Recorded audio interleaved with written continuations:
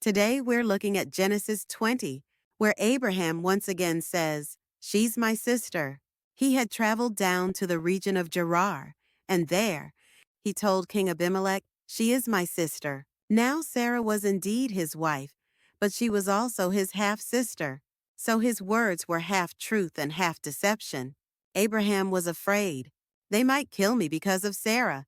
Even people of faith can waver when fear grips their hearts. Abimelech took Sarah into his palace. But that very night, God appeared to Abimelech in a dream and said, "You are as good as dead because of the woman you have taken. She is a married woman." Abimelech was terrified and responded, "Lord, I didn't know. Didn't he say she was his sister?" God replied, "Yes, I know you did this with a clear conscience. That is why I kept you from sinning against me and didn't let you touch her." The next morning, Abimelech summoned Abraham and confronted him. "What have you done to us?" Abraham hung his head in shame. "I thought there was no fear of God in this place, and they would kill me because of my wife." He acted out of human calculation, but God covered even this mistake. Abimelech returned Sarah and gave Abraham sheep, cattle, servants, and silver. God also lifted all the plagues he had brought upon Abimelech's household.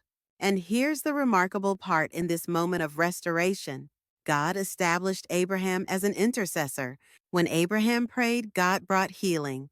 This is the crucial point. Despite Abraham's failure, God still used him. We all stumble in our faith sometimes. We make mistakes. But God does not abandon us in Christ Jesus, just as Abraham was still called righteous. Despite his failures, we too are covered by the righteousness of Jesus. Jesus intercedes for us, just as Abraham did for Abimelech. Hebrews tells us he always lives to intercede for us. When we fall, the Lord is still praying for us.